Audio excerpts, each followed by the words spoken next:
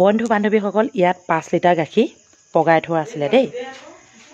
এতিয়া মই মানে পগাই হৈ গ'ল। এতিয়া এটা গামলাত অলপ গাখীৰ লৈছোঁ দৈ বনাবলৈ।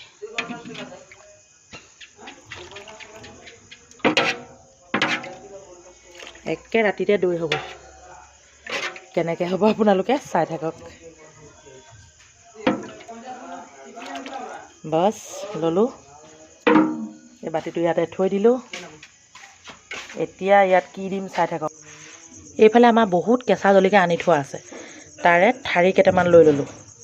এয়া চাওক জলকীয়া ঠাৰি ইয়াৰ পৰা এৰুৱাই ল'লোঁ। তাৰপৰা আপোনালোকে চাই থাকক এতিয়া কি কৰিম। লাহেকৈ ইয়াতে দি দিলোঁ। অলপ মানে এনেকৈ দিব লাগিব আৰু বাছ।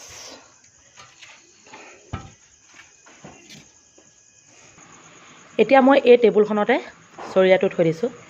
এইখন আমাৰ ডাইনিং, মানে কিবা কিবি খোৱা। লাহেকৈ ঢাকন লগাই দিলোঁ।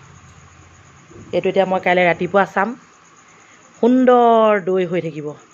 বুদ্ধিটো আপোনালোকক দি দিছোঁ, কেনে লাগিলে জনাব দেই। Bye bye.